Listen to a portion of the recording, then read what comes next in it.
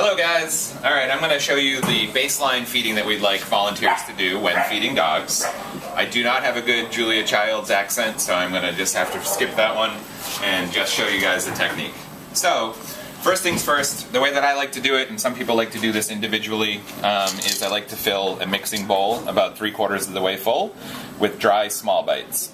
We prefer to do small bites for all the dogs because every dog, regardless of size, big or small, are perfectly fine eating small bites, and not every dog wants to eat large bites. So sometimes it becomes a waste to use the large bites. So we're going to use small bites from here on out completely. What I like to do is the baseline that I use is 1 can of Hill Science Diet, regular adult entree for adults and puppy for puppies, and mixing in 1 can with this dry food to make my baseline mixture. When you mix it, it'll look something like this.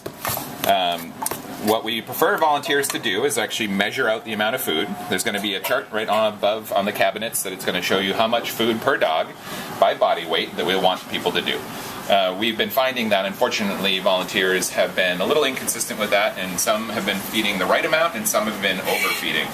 Overfeeding of dogs is causing problems with diarrhea, can cause constipation, and in some breeds can also cause bloat, which would be dangerous for the dog.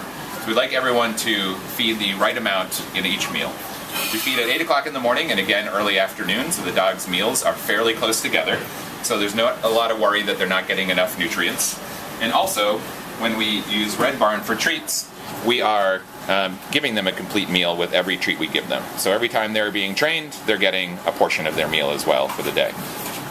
So when you go ahead and feed the animals, we'd like you to measure it out with the measuring spoon and dole out the appropriate amount.